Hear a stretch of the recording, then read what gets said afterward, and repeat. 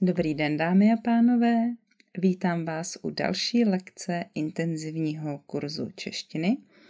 Zdraví vás Jana z ilearnczech.com a dnes se spolu podíváme na jedno takové užitečné téma pro život, a sice jednotky a nebo taky je možné říct míry. Takže podíváme se jenom na takové základní. Další se potom můžete učit na vyšší úrovni. Takže nejprve vezmeme délku. Délka to znamená, jak je něco dlouhé. Ale vlastně ještě existují jiné možnosti. Může být taky šířka, může být výška, může být hloubka, tloušťka a nebo vzdálenost.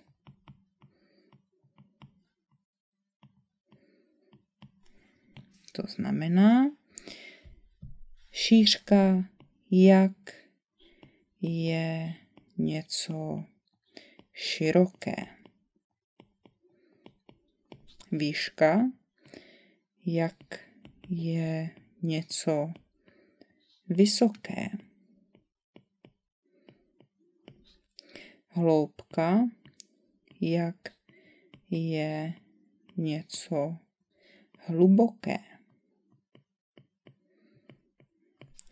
Tloušťka, jak je něco tlusté. A vzdálenost to znamená, jak je něco daleko.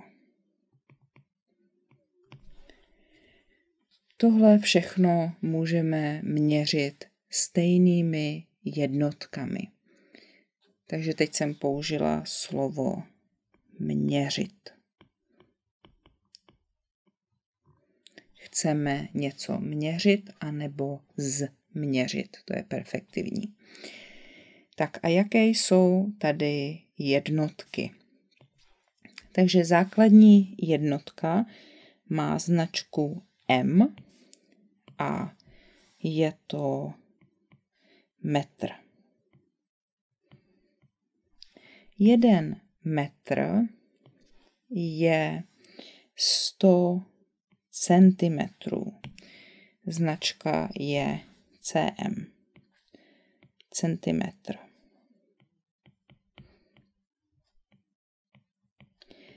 A hovorově můžou lidé říkat centák. 1 centák například. No a ještě jedna míra, která je často užívaná, je mm a to je milimetr.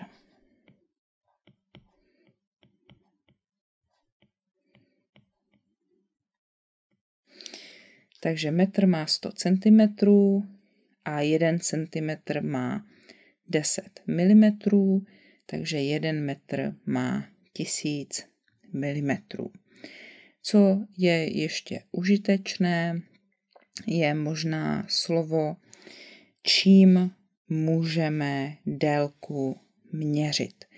Takže jeden takový nástroj je pravítko. Pravítko je něco, co používají například děti ve škole. Obvykle to má 30 cm a na jedné straně to má takové čárečky a můžete měřit milimetry a centimetry. Takže je to takové z plastu, je to takové tvrdé. Tomu říkáme pravítko. Podle pravítka můžete udělat rovné čáry. Další je slovo metr, kdy slovo metr buď používáme, že to je 100 cm, ale metr taky říkáme tomu nástroji, kterým měříme. A metr může být buď skládací,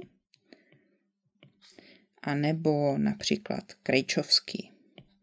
To není všechno, ale nám to bude stačit. A skládací metr, ten používají řemeslníci a je takový, já teď nevím, jak je dlouhá ta jedna část, ale ty části jsou tvrdé a je možné je složit. Proto je to skládací metr. A krejčovský metr používá švadlena nebo krejčí a ten je takový měkký a může ho mít takhle zatočený.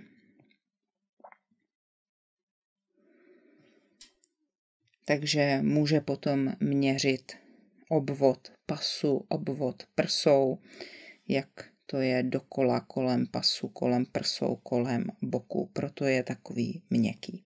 Tak, tohle byla délka a jdeme na další. Teď vezmeme plochu, nebo můžeme říct taky obsah.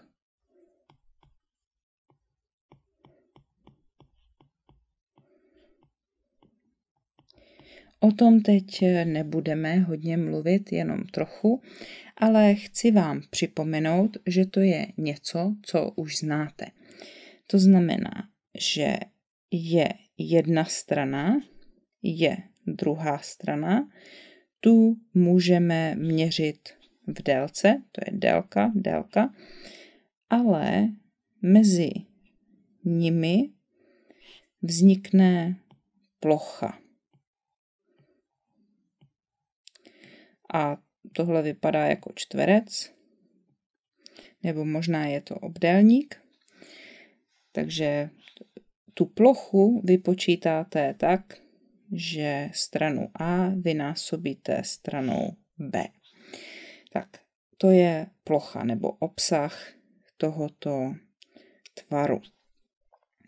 No a to, v čem to měříme, je zase metr, ale tady se píše taková malá dvojka a tohle čteme v češtině jako metr čtvereční.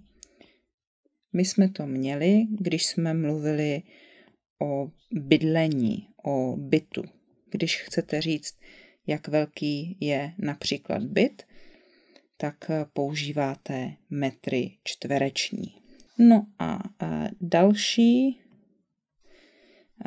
veličina je objem. Vlastně obsah nebo plocha to je 2D a objem to je 3D. Takže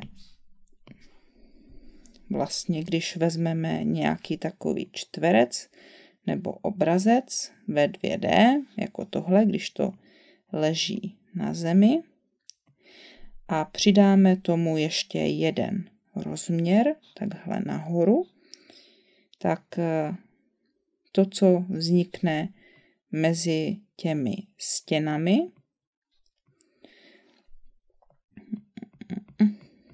v tomto případě to je vlastně něco jako krychle nebo kvádr. Tak jestli vás to zajímá, když mluvíme o ploše, může něco být čtverec nebo obdélník. Čtverec má stejné strany, obdélník má různé strany. A když mluvíme o objemu, tak něco může být například krychle. Tam má všechny hrany stejné, anebo kvádr. Ten nemá všechny hrany stejné. Tak zase víc se o tom můžete učit v budoucnosti.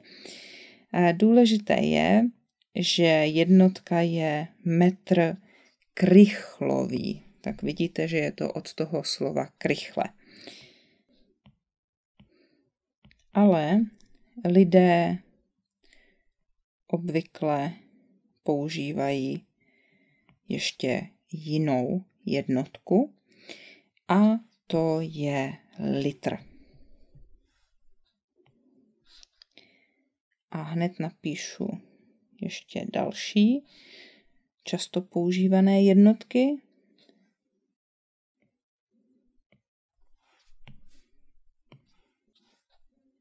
Takže tohle je litr, tohle je mililitr. Mililitr je 1/1000 litru a tohle je decilitr. Decilitr je 1/10 litru. A hovorově říkáme decilitru deci. A je to střední rod. To, deci. Takže 1 litr je vlastně 1 decimetr krychlový. To znamená, že tahle ta hrana je decimetr, to znamená, to je 10 centimetrů. Takže 10 krát 10 krát 10 a bude to litr. 1 mililitr to je 1 centimetr krychlový, takže to je centimetr krát centimetr krát centimetr. Tak a tohle je teda 1/10 litru a to je 1/1000 litru.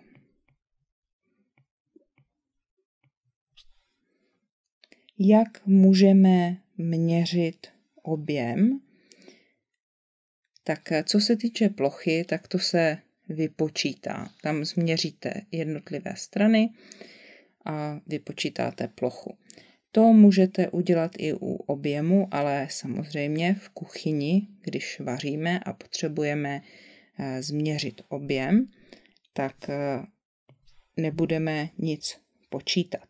A to, co používáme, je, že používáme nějakou nádobu. Může to být hrnec nebo nějaká mísa nebo hrnek. A taková nádoba, pomocí které můžeme měřit, se jmenuje odměrka. Takže lidé možná mají doma kuchyňskou odměrku. Odměrka může být jako taková nějaká sklenice, nebo taková nějaká plastová mísa, nebo jako plastový hrnek. Může mít tady takové ucho a tady jsou čárečky, pomocí kterých zjistíte, kolik čeho máte. Tak a ještě se podíváme na hmotnost.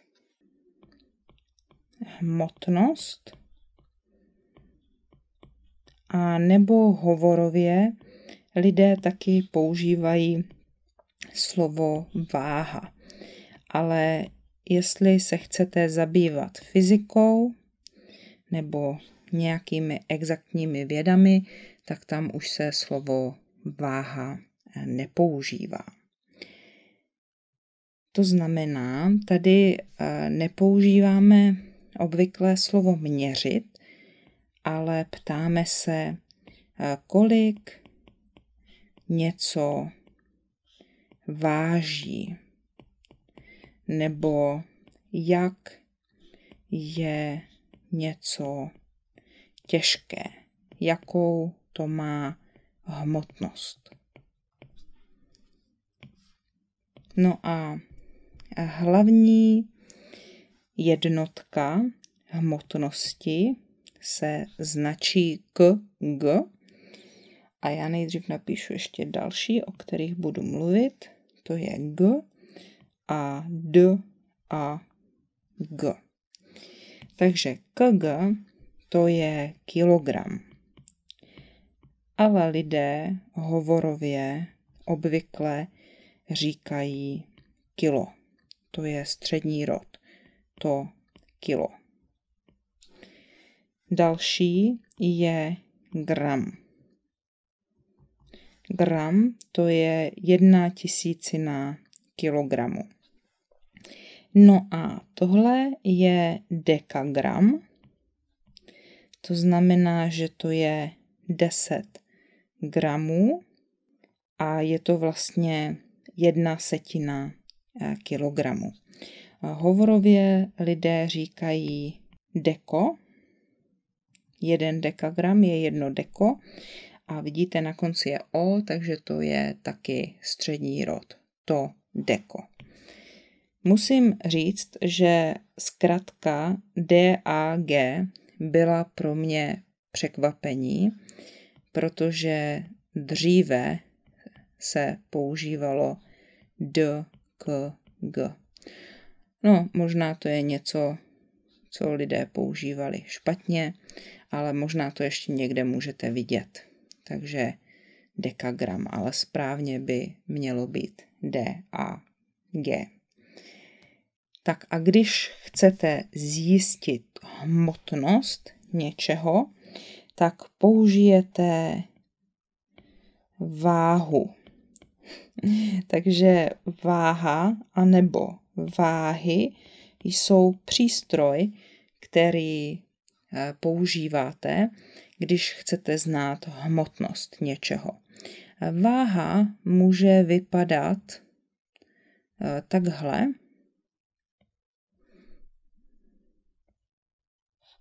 Když to je váha, na které chcete zjistit svoji hmotnost, tak tady dáte nohy, tohle tam na té váze obvykle není nakreslené, ale abyste rozuměli, tady dáte nohy a tady potom uvidíte svoji hmotnost. Nebo v kuchyni to může vypadat vlastně podobně, že je tam nějaký displej. No, moje kuchyňská váha vypadá tak nějak, že ten displej je vlastně tady. Tady můžou být nějaká tlačítka, kterými nastavuju tu váhu. A tady dám mísu nebo něco a zjistím, jak je to těžké. Někdy se ale používá slovo váhy v plurálu a to je například možná v laboratoři nebo například je to takový symbol spravedlnosti, že máte vlastně 2 ramena na nějakém stojanu, podstavci a vy můžete zvážit, můžete zjistit, co je těžší, jestli to, co je vlevo nebo vpravo. Dříve se to dělalo tak, že na jednu stranu se dalo nějaké zboží a na druhou stranu se dalo tohle, něco takového a to se jmenovalo závaží. A tak se zjistilo, jak je těžké to na té druhé straně, v té druhé misce, podle toho, kolik závaží bylo třeba dát na tuhle stranu. Tak jo, tak tohle byly jednotky a míry. No a když chcete zjistit, nebo když chcete v češtině říct, kolik něčeho je, tak k tomu potřebujete znát a používat genitiv. No a to je něco, na co se podíváme příště. Jestli se vám tohle video líbilo, prosím dejte like, sdílejte. Můžete mě taky podpořit tím, že mi dáte super thanks a nebo mě podpoříte přes PayPal nebo se stanete mými patrony na Patreonu. A nezapomeňte, že si taky můžete něco koupit na www.janaslav.cz. Tak přeju vám krásný den a nashledanou příště.